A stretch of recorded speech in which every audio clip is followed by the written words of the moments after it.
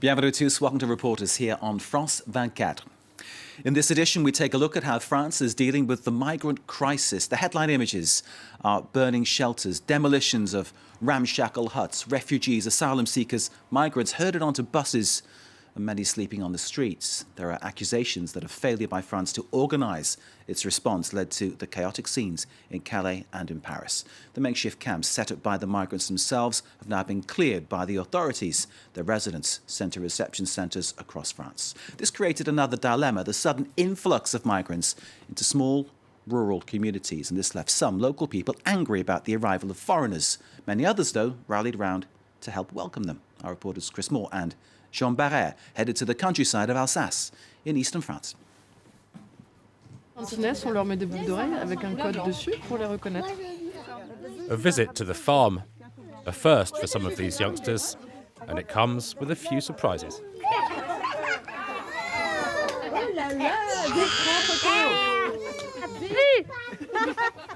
Most of these children are refugees, recently installed in rural Alsace in the east of France.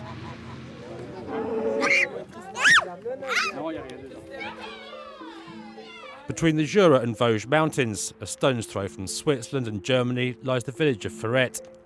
Its population of 700 has been boosted by the presence of around 80 asylum seekers.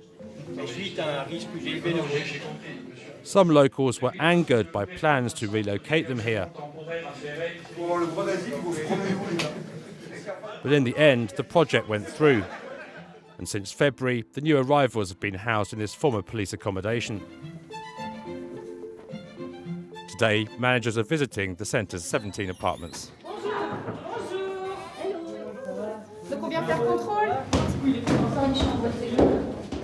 Si ça va bien, monsieur? Oui, ça va, merci. Pas de problème. Avec les voisins, pas de soucis, pas de bruit, la nuit. Yeah, no problem. Ça, c'est vous qui avez fait? Oui. Cool. Donc aujourd'hui, on fait un contrôle dans les logements pour voir. We're checking that the apartments are all clean. People live collectively here, sharing facilities, so we need to make sure everybody's getting along okay and that any problems they may have are sorted out. Residents live here for a minimum of 6 months, waiting to find out if they'll be allowed to stay in France. Conditions are basic, but many have known worse. Most of them have been sent from Calais or Paris. They're living here while their asylum claims are processed. We have a team of 4 people who help each applicant document their case, explaining why they've left their countries and what they risk if they go back.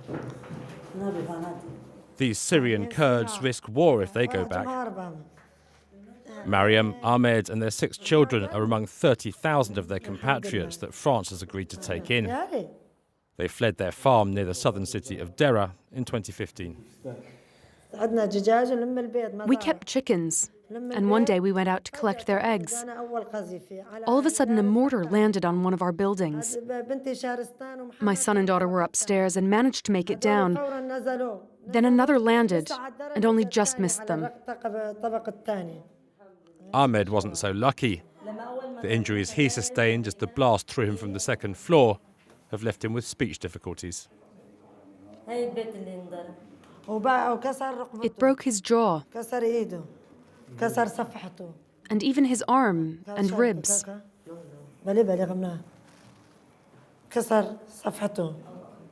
The family headed for Damascus, then Turkey, and spent 9 months in a camp in Greece before being flown to France. The whole experience has left 6-year-old Seema traumatised. Now the Husseins can rebuild. At last we're settled. We're learning French. Now, thank God, we're safe. And that's all we ever wanted. The Hussein sons are due to start school in January. Seema has begun counselling. The monotony of life in the centre is interrupted by daily French lessons. Bonjour Nadia, bonjour Halima. Retired teacher Jean-Michel is one of 45 volunteers here, and today he's drilling the Husseins and their classmates in the basics. Alors, Mariam, tu nous dis encore ce que c'est ça? Un chien. Allez, tu vas encore jouer. Hassan, tombe. Allez, tombe. Hassan est couché. Adnan est couché. Par terre. Je suis couché par terre. Le ciel. As students throughout the ages have discovered, the French language can be a tongue twister. Qu'est-ce qui se passe? Le plus haut. Le plus haut. Le plus haut. C'est difficile. Attends. La pluie tombe. La pluie tombe. Next to the Husseins, the Mohammedis, Nadia and Sanullah from Afghanistan have been here 8 months. I'm very motivated because I need to be able to speak French. I can't speak English or any other language, and there are no other Afghans here who can help us translate, so I really want to learn.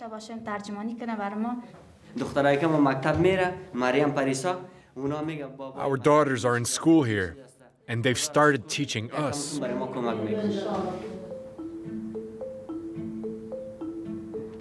5-year-old Mariam and 4-year-old Parissa are proof that children learn quickly. Like most of the centre's youngest residents, they're enrolled at the local primary school and can now speak French as well as their classmates.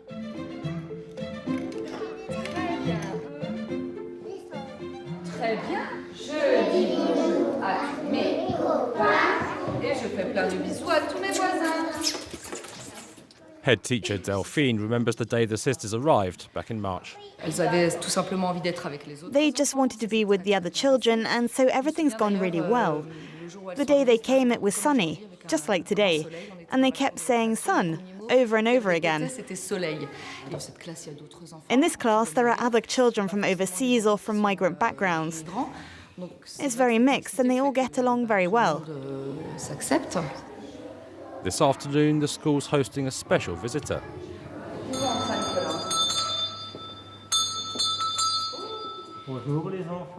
Every year, St. Nicholas rewards good children with presents and sweets.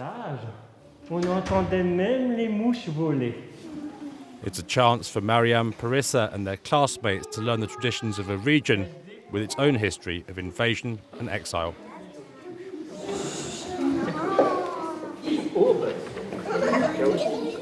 Alsace has always been a welcoming place. Many people have come here in the past because it's close to the border, sometimes for good reasons and sometimes for bad. But I think we can safely say that people here are welcoming by nature. Aziz from Afghanistan agrees. Salut Elisabeth. Salut. Aziz, enchanté.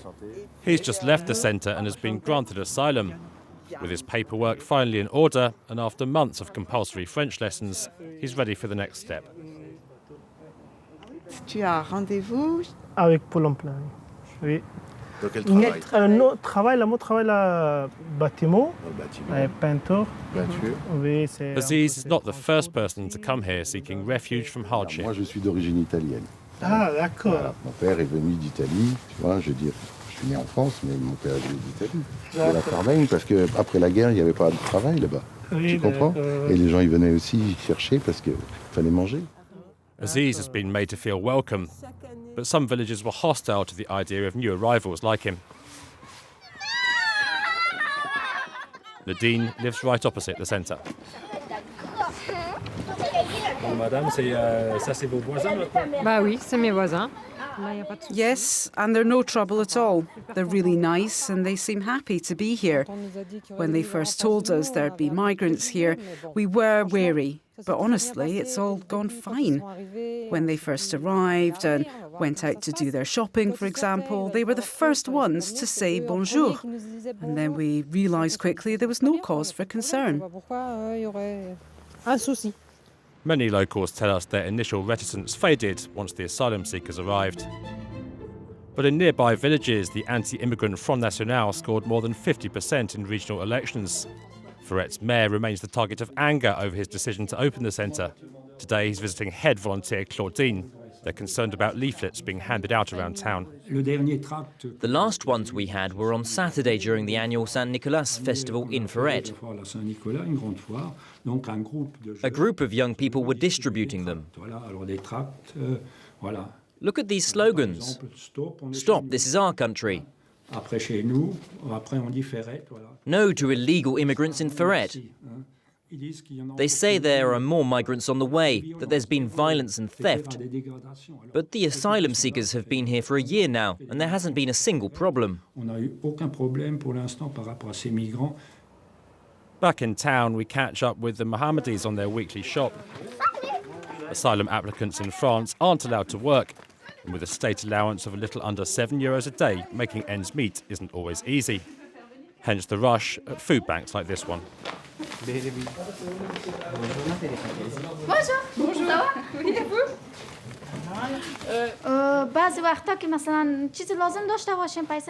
If we've got the money and we need something, we go to the supermarket. But we always come here too. They've got vegetables, pasta, everything. Vous n'avez pas pris des céréales, vous avez des enfants. Vos enfants ont quel âge? 4 ans, 5 ans. Voilà. Ah oui. Donc là, il y a des gâteaux, il y a du chocolat là-haut. Each person's allowed €25 worth, but they only pay 10% of the value, so €2.50. An extra €5 worth per family member means €40 worth of food in the Mohammedis' basket, for which they pay just €4. But for Nadia, Sanula and their daughters, life's about to change. They've just received permission to remain in France, which means access to welfare and social services. 2 years after leaving Afghanistan and after several difficult months in Paris, they plan to remain in Alsace.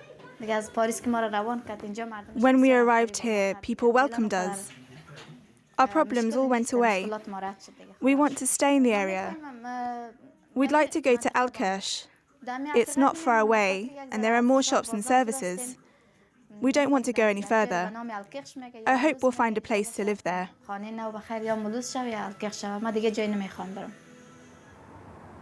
With the help of his new friends, Aziz has found a place to live right here in Ferrette. Kitchen, this kitchen, and we eat sometime here, but we really eat like how we was eat in Afghanistan. We eat here with flour. Fellow Afghan Salam lives not far away in Mulhouse. Aziz says they had no choice but to flee the Taliban in search of a new life, and he's grateful to France for giving him one. This is very good for us because we have a very bad life in Afghanistan. Refugees coming here because they have a problem. We lost our family, we lost our mom, pop, and brother. We come here. If we don't have this problem, every person is happy, his village, his country. Not long ago, Aziz was in the Calais jungle hoping to reach the United Kingdom. By chance, he ended up in a small village that reminded him of his own, and which he intends to call home. When I was arrived to Ferrette, when I see this situation, what can I do here? It's a small village, and I want to go back again to Calais something. And after slowly, when I see these people and when I meet with these people, the reality is very nice people. For most migrants, places like Ferrette are a stepping stone on the road to asylum or deportation. But for some, the journey ends here. Our reporter Chris Moore is with us in the studio. Chris, thank you for that report. We've heard and we've seen a lot of opposition to asylum seekers here in France, but your report seems to be telling a very different story. On some levels, yes, there is, as you say, opposition, particularly after the camps in Calais and Paris were dismantled. A lot of these people were sent to small country towns and villages, and a lot of locals, sceptical as they were in Ferrette, where we filmed our report. I think the sense we got there really was that scepticism, once the asylum seekers are actually there, actually dissipates pretty quickly. It's kind of a bit of a fear of the unknown, maybe a fear of other. 24 hours later, once they've understood that there's no threat, things tend to go much better. That said, as you saw in our report, this particular part of France is one, for example, in which the National Front, the Front National, Marine Le Pen's party, has been polling pretty well. It's traditionally quite a right-wing part of France, and there is continued opposition, particularly from youth movements linked to the Front National, etc. The local authorities are aware of that. They're keeping an eye on it, but it definitely exists all the time. They're in the background.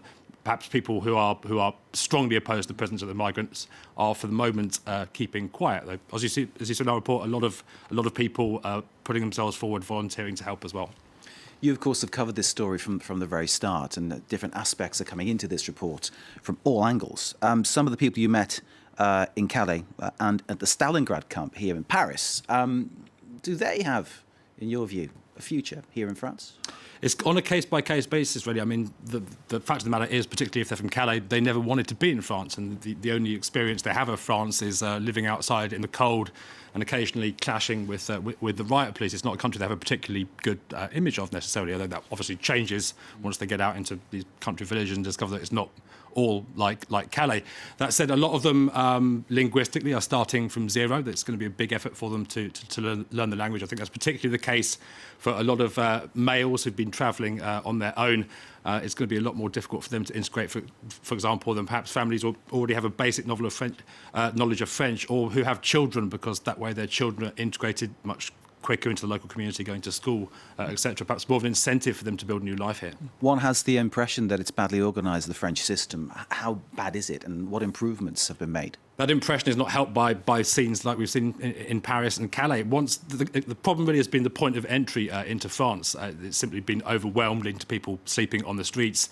Anne Hidalgo, the mayor of Paris, has now set up this reception centre in the French capital. The idea is that it processes the migrants through the first week or so of their arrival before they're distributed out to these centres in the countryside. Once you get past that initial reception point, things are relatively well organised. There's been a lot of reception centres opened up of late.